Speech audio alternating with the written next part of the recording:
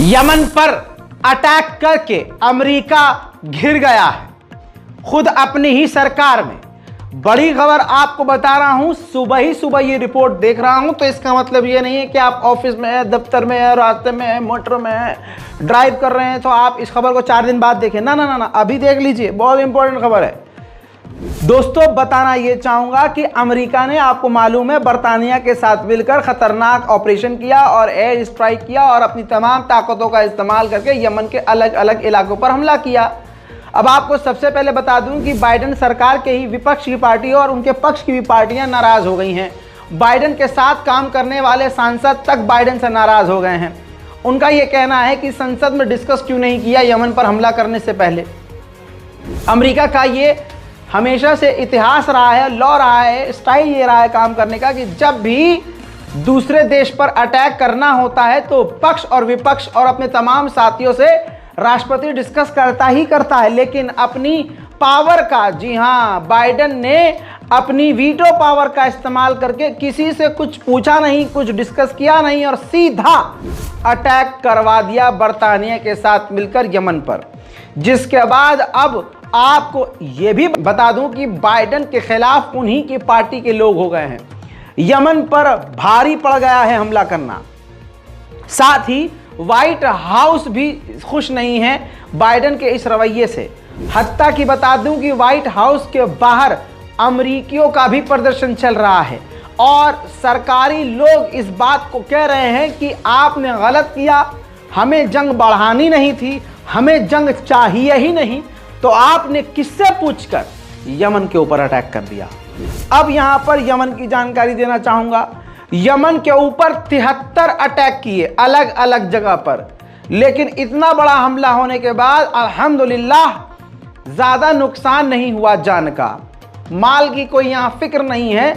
बात जान की है तो सिर्फ 5 लोग मारे गए हैं यमनी, जिसमें आम लोग बताए जा रहे हैं। दूसरी बड़ी खबर यह है कि खुद अमेरिका ने हूथीस को 4 घंटे पहले बता दिया था कि हम हमला करने वाले हैं। इस वजह से हूथीस को नुकसान ज़्यादा नहीं हुआ और न जवाबी कार्रवाई में तुरंत कोई अटैक किया यमन ने। लेकिन इस हमले के बाद अंसारुल्लाह ने जो धमकी दी है, तुर्की के अखबार ने डिक्टो उसको छाप दिया है। यमन के अंसारुल्लाह ने कहा है कि अब इस हमले के बाद हम अमेरिका और बरतानिया के जहाज़ों को भी, समुद्री जहाज़ों को नहीं, फाइटर जेट को भी निशाना बनाएंगे। तो उधर मेरे दोस्तों ओमान ने दिल जीत लिया। ओमान ने साफ दुनिया से कह दिया और अपने एलाइज से भी, America, Germany, France, Britain, Israel, सबसे कह दिया कि यमन पर अटैक करने के लिए हम अपना एयर स्पेस नहीं देंगे। वहीं इस शेर ओमान ने खुल्लम खुल्ला अमेरिका और बरतानिया की निंदा की कि आपने सरासर ये गलत किया यमन पर हमला करके। मैं आपको बता दूं कि यमन के ऊपर यह घातक हमला था। चंद तस्वीर मैं वो दिखा दूं आपको, परेशान मत होइए, विचलित करने वाली तस्वीर नहीं है।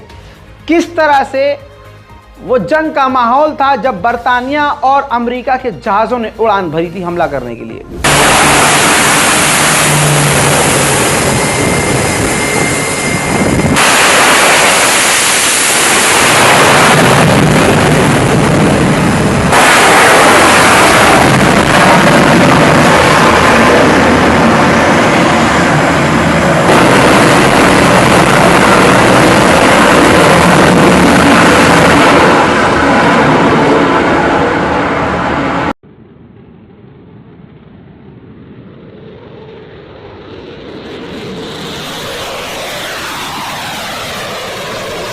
मेरे दोस्तों अब ये तस्वीर देख लीजिए, ये मैप है, बहुत सिंप्लीफाई करके हमारी टीम आपको ये दिखा रही है। इन जगहों पर लाल मार्क जहां आपको नजर आ रहे हैं सर्कल, इन जगहों पर हमला किया गया है। इसके अलावा अगर ध्यान से देखेंगे तो लाल लाल रंग के छोटे छोटे डॉट भी नजर आ रहे हैं, वहां भी इन हमलों का असर देखा गया है। ओमान के बाद हिजबुल्लाह और हमास ने भी अमेरिका और बरतानिया के यमन के ऊपर हमले का विरोध किया है। अब आपको ऐसा ना लगे कि मैं किसी को खुश करने के लिए एक तरफा बात बता रहा हूं, तो आइए व्हाइट हाउस के बाहर अमेरिका के ही लोग, वो भी सरकारी जिसमें मिनिस्टर भी हैं, व्हाइट हाउस के बाहर बाइडेन का विरोध कर रहे हैं इस हमले के खिलाफ। वो प्रदर्शन दिखा देता हूं।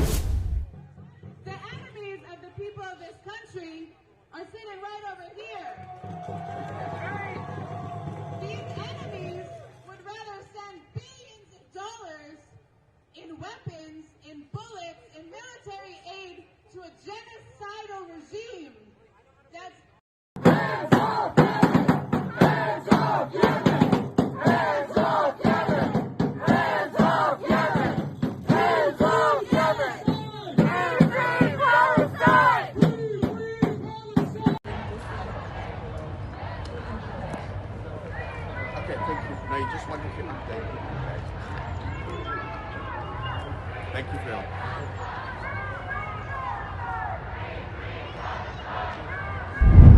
लेकिन भाई साहब, गॉडजिला तो साबित रशिया हो रहा है।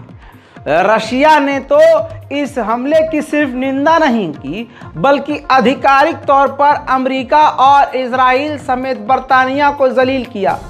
कहा कि ये जो ग्रुप ने, जो एक उत्पात मचाने वाला ग्रुप है, इसने जो यमन पर हमला किया है ये सरासर गलत है, अंतर्राष्ट्रीय लॉ का उल्लंघन है। और इतना ही नहीं, रशिया ने तुरंत यूएन की इमरजेंसी मीटिंग बुला ली है।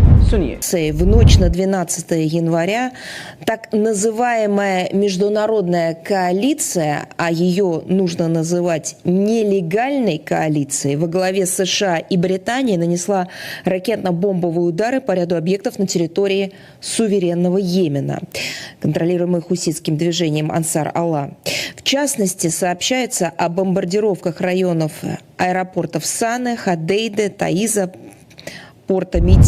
इसके अलावा रूस के बेस्ट फ्रेंड ईरान ने भी यमन के ऊपर किए जाने वाले हमले की निंदा की है। वहीं मेरे दोस्तों, चाइना ने हौथीज, यमन और अमेरिका और बरतानिया, इन तमाम लोगों को मद्देनज़र रखते हुए साफ कहा है तमाम पार्टी से कि इलाके में शांति बनाने का काम करें। उधर तुर्की के राष्ट्रपति रजब तैयब अर्दोगान ने अमेरिका और ब्रिटेन के खिलाफ बड़ा बयान देते हुए कहा कि जिस तरह से यमन के खिलाफ ऑपरेशन किया गया है, अमेरिका और बरतानिया रेड सी को सी ऑफ ब्लड यानी खून की नदी बनाना चाहते हैं। इधर यूएई जो अमेरिका की पूंछ है, इजराइल की पूंछ है, उसने कहा है कि हमें काफ़ी चिंता है कि मिडल ईस्ट में जंग बढ़ने वाली है और यमन जो हमले कर रहा है, हौथीज़ जो लाल सागर में हमले कर रहा है, ये सरासर गलत है। उधर सऊदी अरब की भी चोंच चली है, लेकिन खुलकर नहीं चली और सऊदी अरब कभी खुलकर बोल भी नहीं पाता। सऊदी अरब ने कहा कि हम चाहते हैं कि इलाके में टेंशन कम हो। यमन पर खतरनाक हमला करने के बाद अमेरिका ने तुरंत सफाई भी दे दी थी ताकि ईरान न भड़के। अमेरिका ने साफ कह दिया था कि हम ईरान के साथ कोई जंग लड़ने का बहाना तलाश नहीं कर रहे हैं। मेरे दोस्तों, यमन के ऊपर और भी पाबंदियों को बढ़ाते हुए अमेरिका ने कहा है कि हमने जो अटैक किया है यमन के ऊपर, इससे हमें रिजल्ट अच्छा मिला है। मेरे दोस्तों, यमन के खिलाफ बनाए गए अमेरिकी ग्रुप को आप याद रख रहे होंगे, भूलेंगे नहीं, जिसमें 22 देश शामिल हैं। उनमें से 10 देशों ने ही सिर्फ इस हमले का सपोर्ट किया। फ्रांस, इटली, स्पेन, ये 3-4 ऐसे बड़े देश हैं जिन्होंने यमन के ऊपर अटैक को सपोर्ट ही नहीं किया। यह अमेरिका और बरतानिया के लिए एक बड़ा झटका है। नेटो ने अमेरिका का साथ देते हुए हुतीज से कहा कि अपने आतंकी हमलों को तुरंत बंद करे और ये जो अमेरिका और बरतानिया ने आप पर हमला किया है, यमन पर हमला किया है, वो सेल्फ डिफेंस है। उधर अमेरिका कह रहा है कि हमारे हमले कामयाब रहे हैं, लेकिन यमन का बच्चा अमेरिका के ऊपर पेशाब करने को तैयार खड़ा है। इस हमले के बाद डरने के बजाय यमन का बच्चा सड़क पर उतर आया है। लाखों लोग, पूरा यमन सड़कों पर अब खुलकर और अमेरिका और इजराइल के खिलाफ नारेबाजी करता हुआ देखा जा रहा है और फिलिस्तीन के लिए आवाज उठा रहा है। देखिए।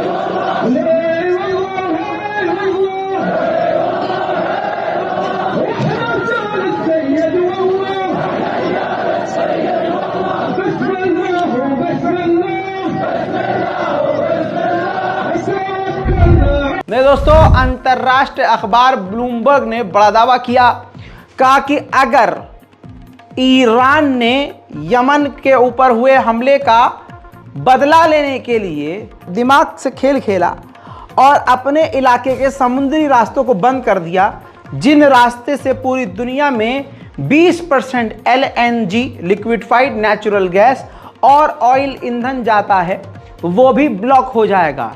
पहले से ही यमन पर अटैक करते ही पूरी दुनिया में 4 से 5% डीजल के दाम, ईंधन के दाम बढ़ गए हैं। तो ईरान जब ये कदम उठा लेगा और 20% और पूरी दुनिया में तेल और ईंधन पहुंचना बंद होगा, तो तेल के दाम इतने बढ़ जाएंगे कि सारी दुनिया पर इसका असर होगा।